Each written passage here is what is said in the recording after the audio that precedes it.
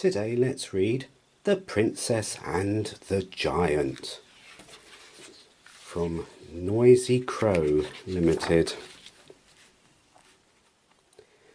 A little princess lived inside a little tiny house. Her servant was a tabby cat. Her butler was a mouse. Her father made the porridge and her mother chopped the wood. And Princess Sophie rode her bike like every princess should. In the yard behind the shed, a magic beanstalk grew. A giant lived right at the top, as giants often do. At night the giant's stomping made the people sob and shake. That selfish giant, Sophie scowled, he's keeping me awake. Stomp, stamp, shake. The princess asked her parents, "Why are giants mean and bad?" "Always have been," said her mother. "Always will be," said her dad. He found the book of fairy tales they kept high on a shelf. "It says so here in black and white. Look, read it for yourself."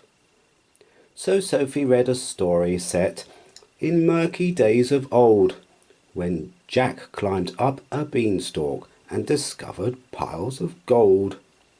A giant roared, "Get off my stuff, I'll grind your bones for bread. I'll fee-fi and fo, and then I'll bop you on the head." Stomp, stamp, shake. That night poor Sophie tossed and turned.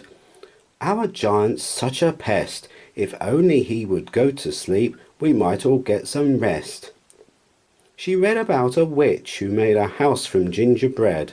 It made her tummy rumble, and a plan formed in her head. At midnight Princess Sophie took some bottles and some packets. She piled them in her backpack, then she buttoned up her jacket. She clambered up the beanstalk. Brave Sophie didn't stop till she reached the giant's castle that was balanced on the top. Suddenly the giant roared, "Who's creeping round outside? A nasty little robber? Well, you'd better run and hide." "I'm Sophie," said the princess. She was quivering with fright. "I've brought you a delicious snack to help you sleep at night." She cooked some lovely porridge in her father's porridge pot. "Now this should help you get to sleep. It's creamy, sweet and hot." The giant growled. This supper wouldn't even feed a fly. But he ate the porridge anyway, then slammed the door. "Goodbye." The giant's roars got louder. Sophie ran back home to bed. She hugged her favourite teddy bear. "I'm glad you're here," she said. All day long the giant howled. The people ran and hid. But Sophie had another plan, so this is what she did. She read about a little girl who met 3 hungry bears and wondered whether giants ever felt alone or scared. She clambered up the beanstalk. Brave Sophie didn't stop till she reached the giant's castle that was balanced on the top. Stomp, stamp, shake. The giant bellowed, "Fee-fi-fo, what is that funny smell? A horrid little girl has come to trick me, I can tell." "It's only me," said Sophie, as she held her backpack tight. "I brought some cuddly bears in case you're lonely in the night." Then Sophie made the supper while the giant sulked and huffed. "Us giants don't need teddy bears. We're strong and brave and tough." But he gobbled up his porridge, and he drank his milk and honey. Then he took the biggest bear to bed and squeezed its furry tummy. But still the giant couldn't sleep. The king cried, "Oh my word! He's making the most dreadful noise that I have ever heard." Sophie hugged him tightly. "Daddy, don't be angry, please. He might be like the poor princess whose bed was full of peas. Stomp, shake, stamp. The king and queen were in despair, so Sophie filled a sack. She dragged it to the garden and she heaved it on her back. She clambered up the beanstalk. Brave Sophie didn't stop till she reached the giant's castle that was balanced on the top. The giant called, "Fee, fi, fo, oh, it's you again, I see. I suppose you'd better come inside and have a cup of tea." "I have the answer," Sophie cried. "I know why you're so grumpy. You can't get any sleep because your bed's too hard and lumpy." She pulled a mattress from the sack and heaved it on the bed. She gave the giant blankets and a pillow for his head. The giant ate his supper, then he gathered up his bears, and he went to bed while Sophie tiptoed down the stairs. But the giant didn't sleep at all, and soon was in a rage. The queen cried, "Send the army now to lock him in a cage." Sophie looked up from her book. She'd tried her very best. "There's nothing more that I can do," the princess sighed. "Unless—" Sophie grabbed her backpack and she scrambled through the door. "I can't imagine why I never thought of this before." She raced back up the beanstalk.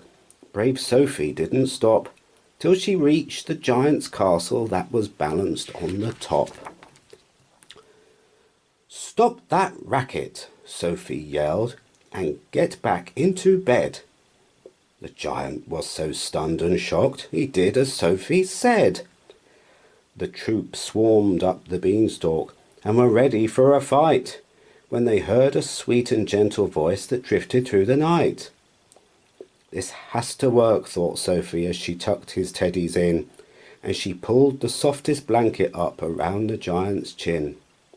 "Are you sitting comfortably?" they heard the young voice say. The soldiers stopped to listen, and they put their swords away. Inside the castle, Sophie smiled. "Oh, how could I forget? You haven't had a story. It's no wonder you're upset." She pulled the book out from her bag and read a bedtime story. The giant and the soldiers were soon fast asleep and snoring. "I think I've done it," Sophie gasped. "Our problems are no more."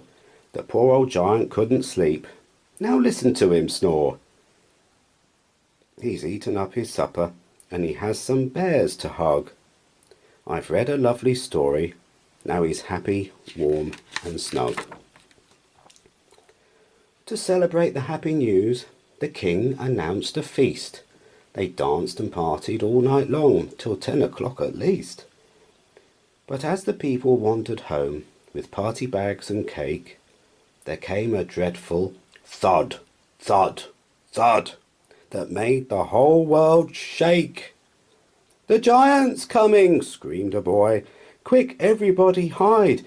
He's going to make a giant pie and bake us all inside." "Fee, fi, fo!" the giant roared. The king and queen turned pale. "Bring me Princess Sophie now. I want a fairy tale." The people stopped their panicking. They gasped in disbelief. "Another story?" Sophie smiled. "Well, that's a big relief." "But why not read one by yourself?" she asked her giant friend. "Just start at the beginning and keep going till the end." "Oh, don't be silly, Sophie," said the giant with a giggle. "My books aren't filled with stories, they're just full of tiny squiggles." "Those marks aren't squiggles," Sophie said. "They're words. We call it writing. The writing tells us stories that are funny and exciting." Sophie took the giant's hand. "I'll teach you how to read. But first I need the army's help. There's something that I need." She sent the giant home to bed, then rubbed her sleepy eyes. "The next time that we meet," she yawned, "you'll have a big surprise." The soldiers made a storybook. The words were big and bold. Inside they wrote the most amazing stories ever told. Then Sophie taught her friend to read by walking on the lines, and the giant read his giant book, one word at a time.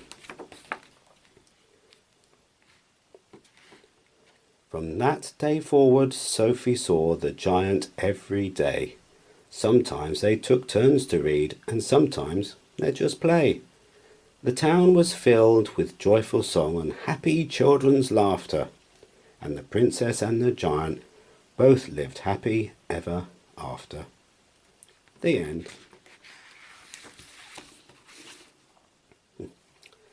Well, we hope you enjoyed that story. Thank you so much for watching. Please like, share and subscribe, and be sure to come back soon. Take care. Bye for now.